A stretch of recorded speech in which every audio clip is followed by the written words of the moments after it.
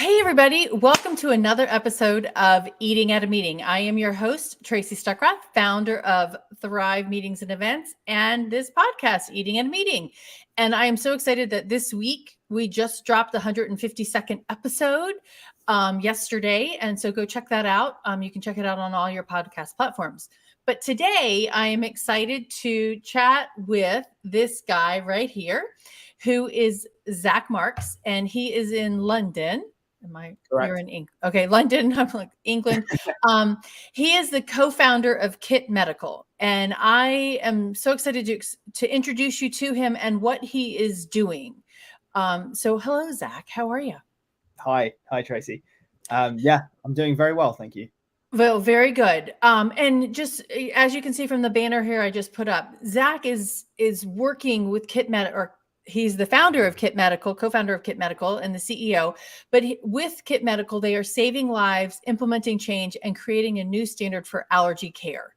And so, Zak, welcome to the show, and tell us what that means and what you're doing. Yeah. So, we're putting publicly accessible anaphylaxis medication in a secure wall-mounted kit in schools at first, and then further other public places. And, you know, it has these connotations of being like a defibrillator, but for allergies. And through that, you want to see it on the wall. You want to recognize it. You want to know what it's for. We want to increase allergy awareness. We're providing training. Through that, we'd aim to save lives. And if an anaphylactic incident did happen, they'd be treated by the medication. And then we're pushing legislation. So that's where the implementing change part comes in. And it's just this whole movement that we're really trying to wrap up. We want to be, you know, more than a business. We actually want to create change in the allergy space. That's fantastic. And that's super important. I was going to say, I have an epinephrine pen over here, 2 different kinds. I should have brought these out earlier. Voila, here we go. You know, this is what people kind of know of, you know, the EpiPen and the generic one here. I don't, and these are just UK actually. This one here or the EpiPen? Yeah, I haven't seen that sort of shape before. We've got the EpiPen, the Jext, and just as it's come back, the Emerade. Yeah, this is a Novo Nordisk one. But so, yeah, so when you open it up, but one of the things that I like on your website and is the fact that the phrase that you have is "don't delay, anaphylaxis can be fatal." And I think that's, and then what you're supplying, which is epinephrine, is adrenaline, can save lives. And I think that's the really important part, because people don't realize, I mean, hey, you might have an anaphylactic reaction, but you need to get that adrenaline to stop it. Absolutely. There's, you know, we're following the waves of sort of, the voices of Anaphylaxis UK, Allergy UK, the main movers in the space. And there's been a huge shift. Originally, we put an inhaler, an antihistamine, and adrenaline pens in the sort of original pilot product. And then we were advised by all these people, the medical professionals and charities, to get rid of all that and just put adrenaline in there, because it's not innately harmful. Of course, you know, medication can have side effects, but in its essence, adrenaline should be used without delay. And it's, you know, always better to attempt to save the life in that emergency situation. So we really want to try and stress that and make this medication as accessible as possible in safe means. That's great. And then I want to get into the training and all of that stuff. But what started you wanting to do this? Well, I'm an allergy sufferer and I'm a designer. So the two things sort of merged together. I studied industrial design at Loughborough University, and during my sort of final year major project, we were given, you know, a whole year to work on something that really mattered to us and that we could end up with a product and, you know, even a service that would come together. And I chose to look into, well, what I thought was the answer at the time was the EpiPen. And I was like, oh, I want to try and redesign this and see if I can make it smaller and easier to use so that more people can carry it around with them. Because I'd looked into it and I'd found stats like half of all allergy sufferers just don't have their medication on them when they go out. And that might be because it's out of date. That might be because it's bulky. There's a social stigma within this, and people are sometimes embarrassed to carry around their auto injectors. And I looked at that, and it wasn't the immediate answer, because there are other auto injectors out there that do similar things. And I'm also not an engineer, so redesigning an auto injector was not my strong suit. But it was more, I looked at it as someone with an allergy, and I said, what if this was in a public place that I went to, and if I didn't have an allergy, or my medication was expired, or I really couldn't carry my own kit with me, which of course you always should do, but there are cases where you're going to forget. This backup set could be there. And then not only that, but it's tracked to make sure it's always in date. It's on a rolling subscription. So as soon as it's used, it can be replenished, and there's backup training, and the whole thing just becomes this sort of standard, if you will, that a venue can adhere to. And then ideally everyone can feel a little bit safer and also a little bit less stressed when they go out. Now, is it, and I love that, because it is, I mean, this is kind of obnoxious to carry in your pocket. Like, and you've got to have a fanny pack, or it's not like you're going to put it in your back pocket. Really, your back pocket's not big enough sometimes. Yeah. And kind of going with the defibrillator idea, I love it. Now, how are places of public accommodation currently under legislation in the UK allowed to stock it without a prescription? It's a very interesting point, and it's sort of in motion right now as a constantly changing argument, if you will. The do's and don'ts of who can stock adrenaline. As far as sort of our research, as far as I know, before 2017 in the UK, the only people that could carry adrenaline pens were people with allergies. And then you had the death of Karen Chima, the school child who died in 2017, and also background works from the major charities. And so the spare pens in schools sort of amendment to the legislation was passed, and that meant that educational institutions could purchase and stock spare adrenaline, which is great, but most of them aren't doing it because it's not enforced, and there aren't standardized approaches to track that. And I don't think people are aware enough of the necessity. So that's in one part what we're trying to do. We're saying schools are already allowed to do this, but they're not, and they're also struggling to do it. Sometimes we learned in our pilot phase that one of the schools we were dealing with, they didn't have like a direct relationship with the pharmacy, so they were struggling to get adrenaline. And that's a good point. Yeah, like this was a humongous school, and they just simply could not get adrenaline. And because we have direct supply and we're running it on a subscription, we'll be able to track who needs it when they need it and hopefully get it to them sooner. And then sort of looking onwards for that, we are interested in the leisure space, the hospitality space, restaurants, hotels, stadiums. They currently have barriers to legislation, unfortunately. So we really look towards that in the future in the UK. But in the meanwhile, there's movements going on in Australia. There's movements in the US, state by state. Yep. And so in Ireland, actually, sort of in a bit of a microcosm there, who they are allowing adrenaline in public places. So there's definitely a scope for this. And I really do believe, and I've used this analogy like 3 times already today when talking to people. It's just recently come to me, but it's sort of like, if you think about what you know from a defibrillator, you have, electroshock pads. If those were just hanging off the wall as they were, plain and simple, they'd be dangerous and right. They wouldn't be checked. But they have this casing around them, and they have systems that automatically check them, and they have guidance to let people know how to do that. I really see that in a similar way to what people are currently doing, where, if you allowed a Pret to buy an adrenaline pen, they'd get one pen, they'd put it in a drawer or on a shelf, and then they'd forget it was in date. They wouldn't know how to use it when they needed to.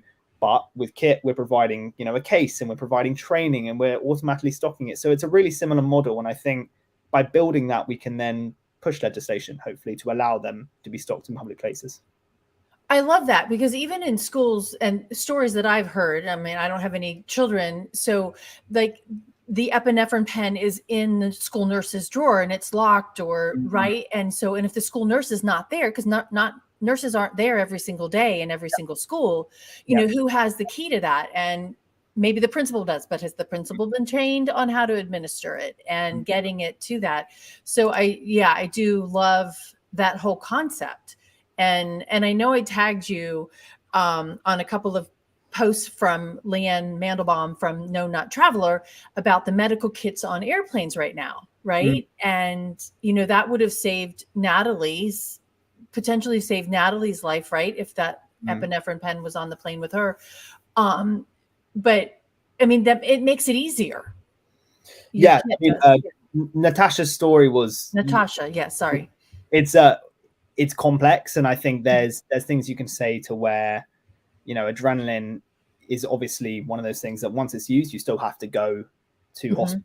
You get put on a drip, you get given steroids. There's a whole oxygen, a whole bunch of other things that are required. And to a degree, we hope that the presence of Kitt increases allergy awareness, and the training, helps with prevention methods potentially, and then that can avoid an incident from happening in the first place. And obviously, NARF have brought out Natasha's Law, which leads to all allergy labeling on prepackaged food for sale. And that's fantastic. And I think there is this riding wave of changes in legislation. There is, increases in allergies. We've seen increases in anaphylaxis hospitalizations.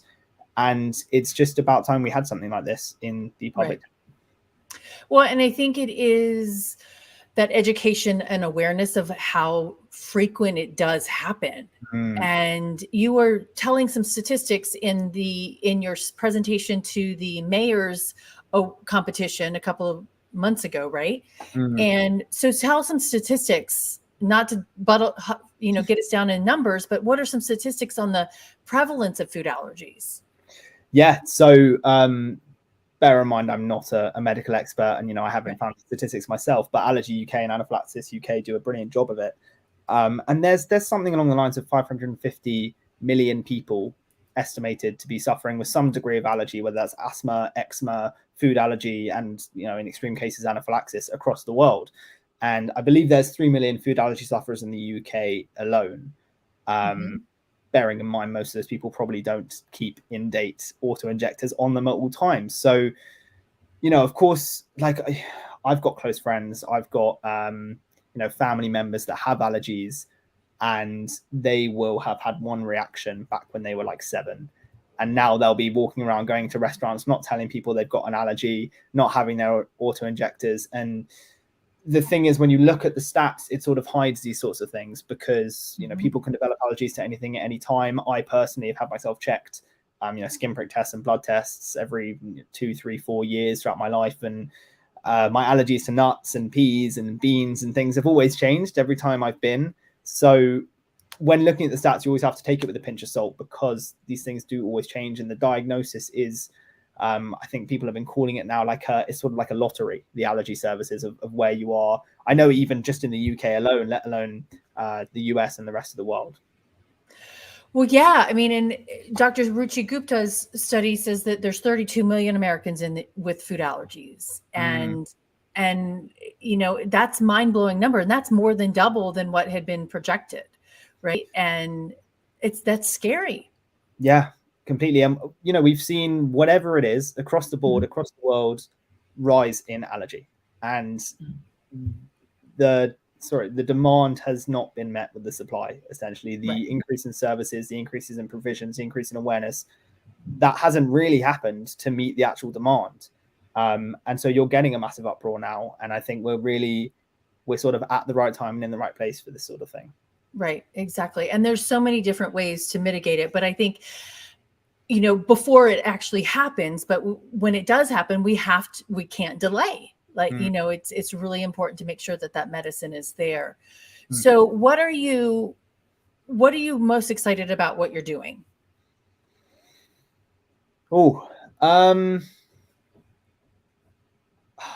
I think the potential for expansive scale, it's shared by our investors, it's shared by the community that supports us. And obviously our core team, me, James, Simon, and Johnny, we're working towards schools in the UK, and then we want public places, and then we want other countries, and we want this whole standard of allergy care, of which it's not just that we're building the company, but it's that the world is changing and realizing how much this is needed, and things are changing with us. So it's so the right time to be voicing our opinion on this matter. And the community, whether it be on social media or through conferences, talking to schools head on, talking with parents and them expressing their concerns, and then how excited and happy they are to see something like Kitt just exist. That makes me very happy and sort of keeps the motivation up for sure. Well, that's good, because it is the motivation is there, and I'll help push you through that. Okay, so I know you've got your original prototype on the wall behind you, but can you show us the kit? Yeah, so people understand what it is? Okay. So yeah, this is Anna, which is what it was called back in the pilot days. Okay. And now we have Kitt here. So very similar size and shape to a defibrillator. Essentially, it's got 4 screws on the back, so it would just be wall mounted. And from there, really clearly says what it is, 4 severe allergic reactions, steps 1, 2, and 3 to open the kit. We'll be giving staff of the venue of which the kit is placed these keys, and they can go on lanyards or in, got one here actually, like a break glass in case of emergency box that will go near the kit, so you've always got a spare key. All you need to do with the key is insert it into the middle, twist it, and from there you take the key out to the emergency. And now we were talking about it before, that schools often, if they do have an adrenaline pen, they'll be keeping that in a cupboard that's locked in the nurse's office, and the nurse might not be there. She might not have access to that. The children might not know where this is. But this will be stored right front and center in the cafeteria or in the front office. And that way everyone knows where this is in an emergency. And the keys as well will have multiple on location. And of course, the kit is portable. So in an anaphylaxis emergency, you are meant to lie down, not move, and stay as calm as possible to help alleviate the symptoms. If you are in your current school situation where the nurse's office is across the school, you've got children going into anaphylactic shock and running to get medication, and that's the worst possible thing. So we'll take this with them to the emergency, lift the latch open, and inside you've got your adrenaline pens really clearly laid out in 2 doses, obviously catering for everyone. We've got 2 of each, so in some emergencies you only need 1 dose of adrenaline, in some you need 2, and even in other cases you need more. Of course, it's always important to call an ambulance, call emergency services, whatever that may be in your area afterwards for proper care. And we've got that labeled here as well in our instructions, showing you how to use an adrenaline pen, calling emergency services, and guiding you through the whole process. And then all of this will sync up to the software that we provide for the venue. So if they do have an anaphylaxis incident in their venue, then they'll report that with us. They'll let us know what happened, why it happened, who it happened to, and what medication they used. And we will replenish medication as part of the subscription at no extra fee. We'll also be then sort of collecting the data they provide us in that incident and be working with charities, be working with government organizations to say, okay, like this is happening, in 5 cafeterias in this school. We clearly need to implement better food management strategies, or just, things like that are ideas right now, but we really want to take forward and actually use this data for good. That's amazing. And I like the fact, one, that it's on a subscription, because and the price of epinephrine is different everywhere you go. In the United States, this 1 pen is like $300. Yeah. And that's expensive. And I can see why, some schools would not want to stock it, or even places of public accommodation, especially since it has to be, reused or replaced. It says a year, right? But the fact that your system, when they take it off, it automatically notifies you that it's being used. Is that right? No, it doesn't automatically notify, because we really wanted that human touch. Okay. And we'll get, if someone does take it off by accident, they'll put it back. We don't want to be alerted and then suddenly send them new ones. So if they do actually have an incident where they use it, they'll fill out a form and let us know why it happened, what happened. And we'll probably call them as well and talk to them about it. Okay, awesome. But then I like the fact that, okay, hey, we've got the stats here saying this many allergies are happening, and what can we do to change the front of the house, the back of the house, to change the labeling, what kind of food is being served, et cetera, to make sure that it's managed directly. I love that part too, because that's helping change the food system. Yeah. We're already working with some food service providers, some health and safety companies that are working with multi-academy trusts and primary schools, secondary schools. We want to be working with them from the get-go so that they know what we're doing, we know what they're doing.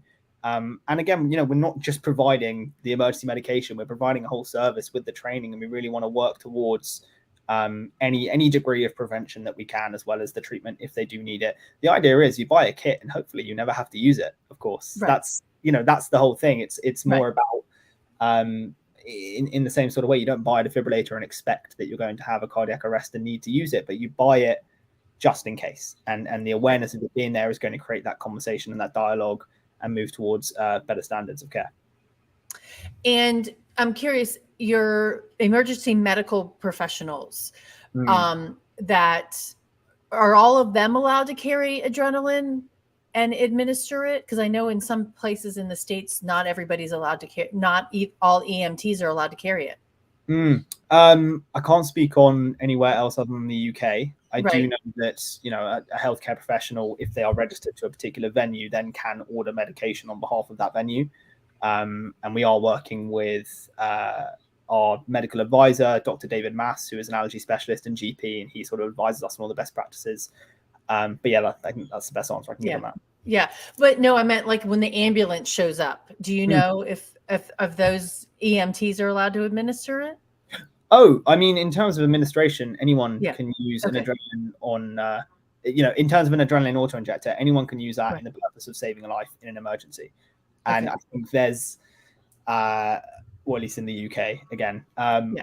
there's a worry on like blame culture and you know, compliance issues, and that's where we really try and get the message forward that, you know, you should be using adrenaline in an emergency if there's reasonable doubt that it's anaphylaxis. You know, the downsides are far smaller than the upsides of potentially saving that life. So Right.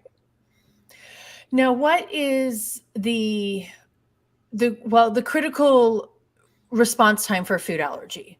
I mean, don't delay. So, and I've shared it before, but go ahead and tell people what the critical response time is.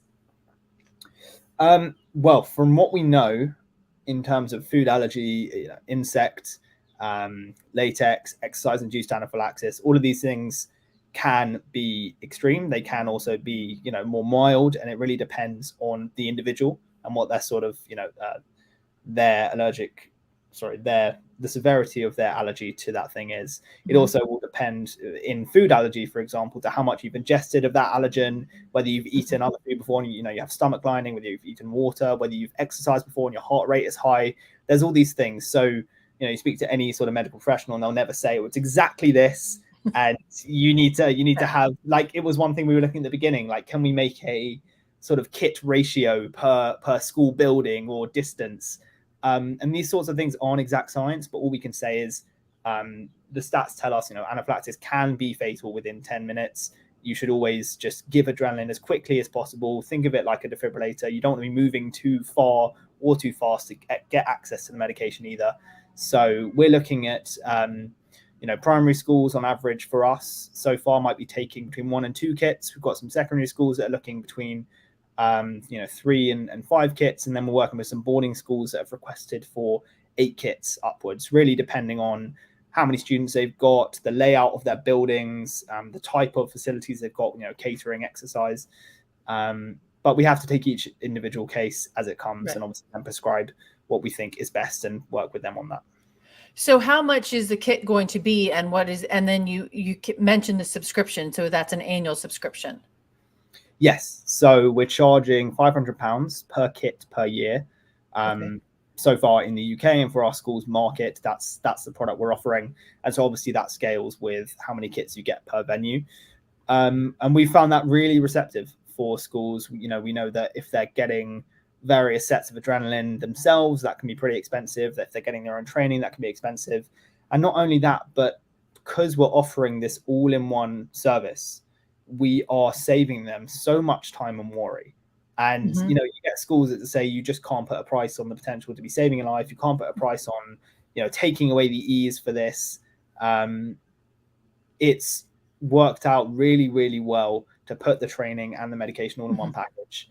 And yeah, we're really excited to get out there into the world.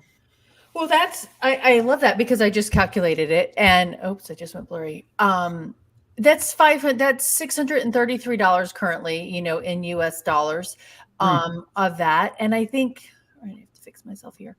I think that's reasonable with everything that comes with it. You know, I mean, it's not just one pen. You've got 4 pens in there. Yeah. And you've got training and tracking. That's awesome. I love that. Appreciate that. Yeah, we wanted to make sure that a school ideally didn't have to worry about their medication going out of date. We just wanted to take it all in house, and, you know, we're getting the appropriate licenses from the government to be able to take payment on the medication when it eventually comes through. And by that, we'll just be able to say, look, your subscription is about to renew, you're getting on new pens, just like with your Netflix. To be that basic, like that's the way the world is going, and we wanted to put everything under one service that we could offer to people. And the subscription, if you use it in the middle of the year, you automatically get pens refilled. Yeah, as long as you let us know and we can validate that, we will replenish those. Okay, that's fantastic. Now, tell us, I'm going to make the assumption that you've had a food allergy reaction. You've had different things that you're allergic to, but I know nuts is the main thing. So tell us what it's like to live with a nut allergy or an allergy in general. So I am fortunate enough to have never had to use an adrenaline pen on myself or anyone else for that matter. I mean, going back to my university days and really the days before I started Kitt, I was clearly very lucky because I was a lot more negligent than I am now. And, I never used to carry my medication on me. It's part of the reason why I started the company. But now I'm much more mindful, and I sort of got my little bag here with EpiPens and Zak Marks on it. But in fact, it says EpiPens, but inside they're Rejects. It's just one of those things that everyone thinks that's the brand name. Okay. Yeah, but living with allergy is, you know what? It's always changed for me in my life. I started out letting my family manage it for me. Essentially, I have two older sisters, mum and dad, and it was always the case that we went out to eat, and my family would tell the server for me that I had an allergy and was the food okay for me to eat, and I literally let them do it. And to my detriment, that meant that I sort of didn't care, and I always got embarrassed about my allergy. And I actually think it's really important for younger people to sort of take onus of their allergy. And there's some fantastic people on Instagram doing that already, like young children, and they'll be confident in what they're allergic to and saying it. But yeah, I was a bit too negligent, but it was scary. It can be scary. It can be it can feel like you're being excluded from things. I remember in particular in school sometimes, if the worst thing is when someone tells you about your allergy and they're wrong. So you say, I can eat this. They say, no, you can't. And, there's these cases where I understand a venue is just trying to be safe for themselves. But because you've got these varying degrees of some people not having may contain, some people being airborne, some people perfectly okay to have traces. I'm personally am okay to have may contain, but sometimes I go to a venue and they say, oh, it says may contain, we're not serving you. And it feels like you're being pushed in the corner and not allowed. And I know, sort of your whole thing is about eating inclusivity. And I find that so important to shed a light on, because God, it surely is easier to offer something for everyone rather than, or better even, to offer for everyone than to exclude. So true. And I think, and as food allergies become more and more prevalent, and I've seen lots of, signs in London or on restaurants or whatever says, we have these foods, so do not come in this house. Do not come in this restaurant if you have any kind of food allergies. And I'm like, that's just, it's totally banning and shutting people out. Yeah. Without taking a responsibility in that food service, duty of care that you have if you're making food for people. Yeah, completely. I mean, I've talked about it before, but whether it's on a plane or in a restaurant, I've been told good luck sometimes, or like, I wish you all the best. When people just don't know, and it's like, how do you not know what's in the ingredients of the food that you're serving? Mm-hmm. To the point where you could be endangering someone else's life, and you're just completely negligent about that. It's right. Yeah, it's the worst. And you brought it up, planes, and I've ordered a special meal on specific planes, and they bring it to me and nothing's labeled. It just has my name on it. The flight attendants don't even know what they're serving me. And they know what they're serving everyone else on the plane, but they're just handed this special plate that says Tracy on it, right? And they don't even know if it's chicken and rice or, whatever. I'm like, you're putting your flight attendants, that's a very dangerous situation, in my opinion. I completely agree. There's an argument, and I've never really been sure which side of the line I fall on, but whether you should be given that special meal and should have that flag in it and treated with that extra caution, or whether that's potentially embarrassing or excluding, and you should just be treated like everyone else, but everyone should be treated with a special deal of care. I don't really know what the best answer is. I do know that, for example, in like Bill's Cafe, which we have in the UK a lot, and a lot of the people in the allergy community talk about it, they do such a good job of handling allergy, and you do get a flag in your food. You do get treated first. They ask you. In fact, that's one of the big things, getting asked rather than having to tell that you've got an allergy. Do you have an allergy? What are you allergic to? We care about this rather than you having to raise it. There's so many little things that venues can do to better themselves and sort of rise to a new standard for allergy care, really. And it should be part of that training automatically for servers, front of house, saying, hey, you're starting this new job. This is what we're doing. This is how we handle it. Right. So, because it is a lot of dumbfounded, oh, I don't know what to do. Like I have cards similar to what Equal Eats serves, right? But I have them specifically for meetings, and and the variety of meeting planners use those. And one day I gave one to the server, and she's like, okay, got it, know what to do with this. Brought back my meal with my card on top of my plate, and then the next day the kid looks at it and goes, what am I supposed to do with this? Right. And granted, this is a convention center and it's a large conference. And so it's a lot of hourly people that have come in and maybe have never even served before. Right. Yeah. But I think to help mitigate the risk these venues, I don't want to say seem to have or worried about, right? That should be definitely part of that education. What I think, when I started Kitt, when it was called Anna, I spent like months just calling restaurants and speaking to them and finding out what their allergy procedures were. And then when we launched Kitt officially and we were talking to schools, we did that with the pilot and we did surveys. And now as we're looking to launch in, other potential places that we could do with Kitt, with occupational health schemes, we're talking to some hotels, some, training grounds and stadiums, and we're finding out what they do. And it's so refreshing when you get a venue that's doing it right.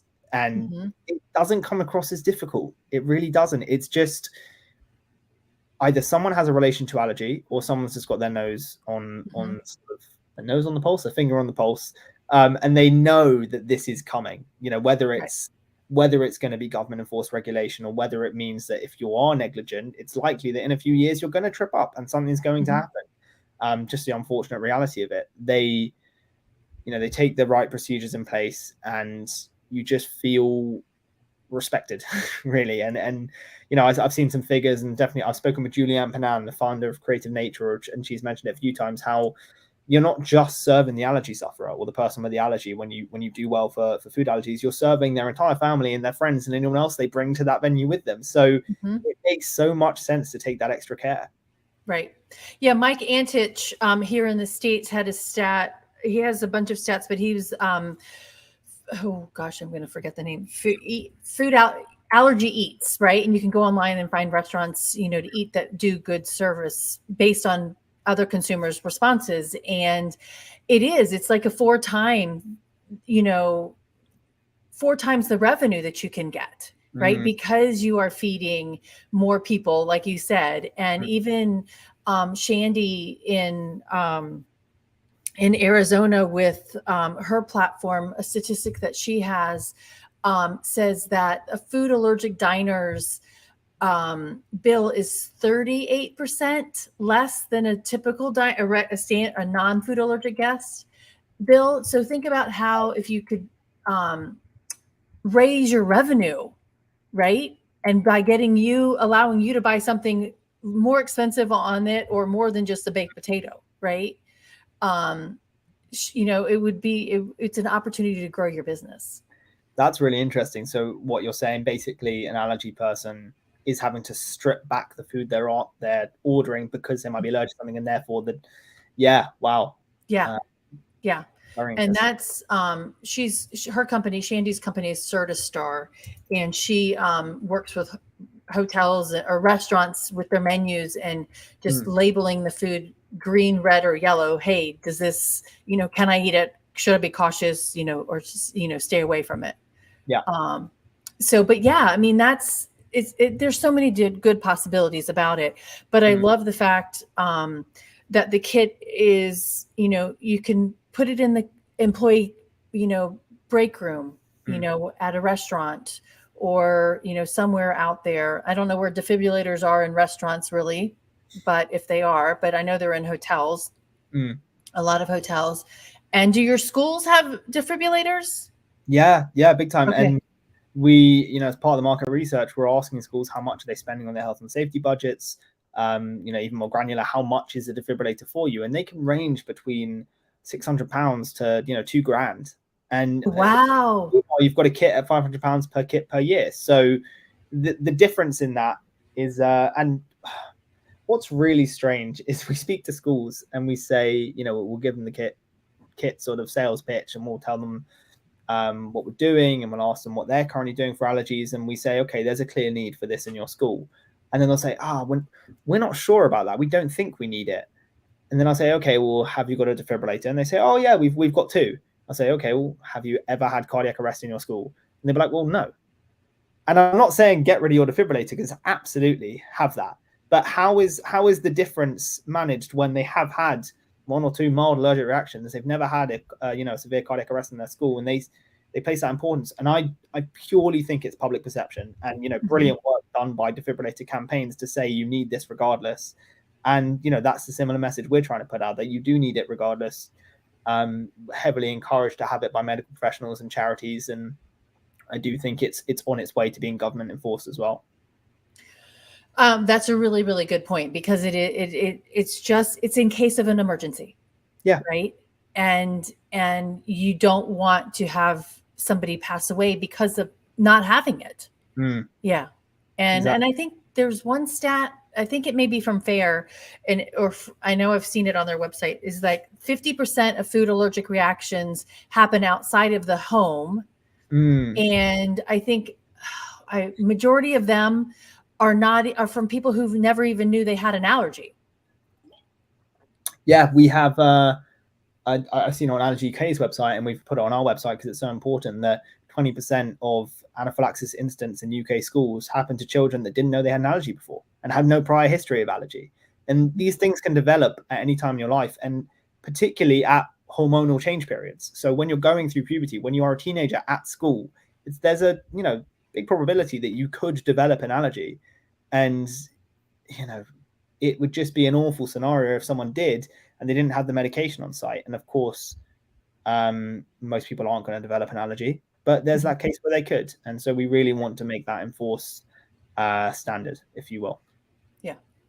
No, that's so important. So thank you so much for what you're doing. And I appreciate that you're taking your own personal, medical condition and trying to improve the world. So thank you for that. It's a lovely way of putting it. Thank you, Tracy. And thank you for having me. It's a really cool show. Oh, you're welcome. Thanks. All right. So I have one final question that I ask everybody. Yeah. What does a safe, sustainable, and inclusive dining experience look like to you, or what does that mean to you? I would say one that is addressing all facets even of the safe eating experience. So that's, many things we've talked about already, asking the person if they have any individual dietary requirements before the person has to say something, showing that you've got the ample training and that you've taken the care, and proving that guarantee that their food is safe to eat, knowing all the ingredients, having that just that level of confidence in what you're doing and what you're giving to that person. And then, of course, I've got to say it with being Kitt, if they can, having that just in case precaution of emergency medication on the side, having clear protocols put in place so that they are covered on every single end-to-end basis. That's awesome. Now, before we end, because something you just said, and actually about what you said earlier today, or earlier in the show as well, is that asking, and if I ask you that you have a food allergy, I think now you're going to tell me, but all those people who are embarrassed or who don't want to be a burden, how do we get them to tell?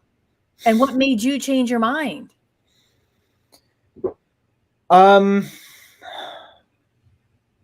Unfortunately, I think part of what made me change my mind was fear.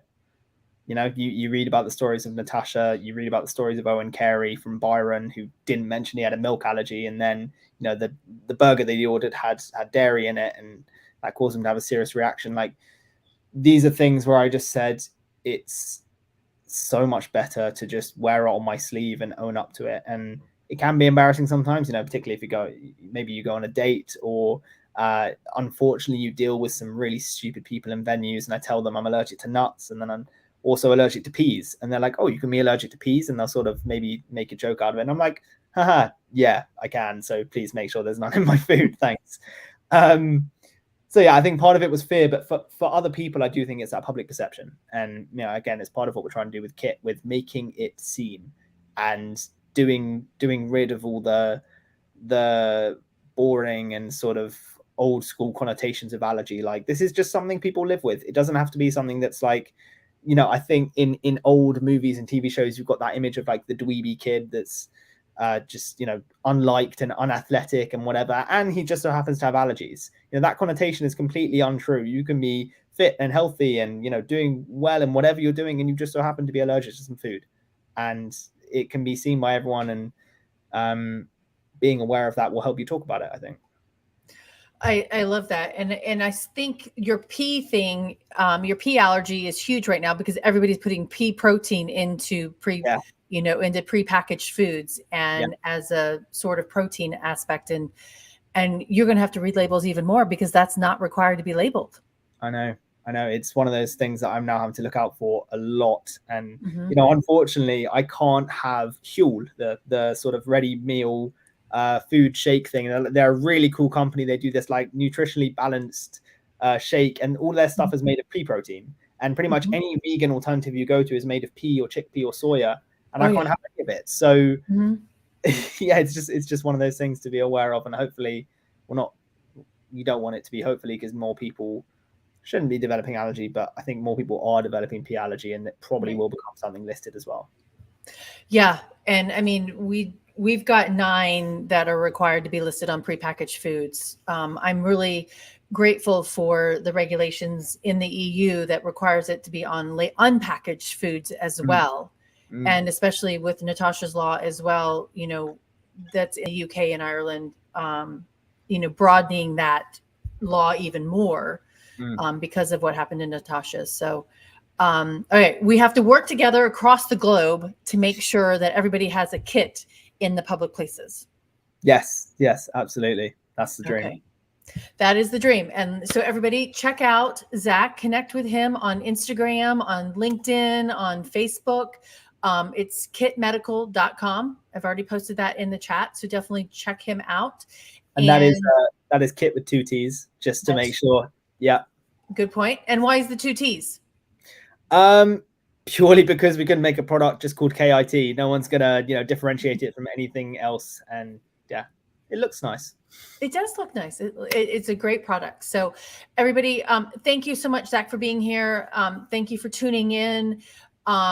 Definitely check it out and see how you can work with him so that we can save some more lives, and that you're ready and prepared for a food allergic reaction in your venue or in your school. So until next time, stay safe and eat well. And actually next week on the show, I'm interviewing a meeting planner, a good friend of mine, who at home witnessed her daughter going through an anaphylactic reaction for the very first time, didn't know she was allergic to tree nuts, and had that at home. And so she's going to come on and talk about what that looks like for her as a meeting planner, really kind of getting that real life experience. So next Wednesday, right here on LinkedIn, Facebook, Twitter, and YouTube. Check us out. Stay safe and eat well. Thanks.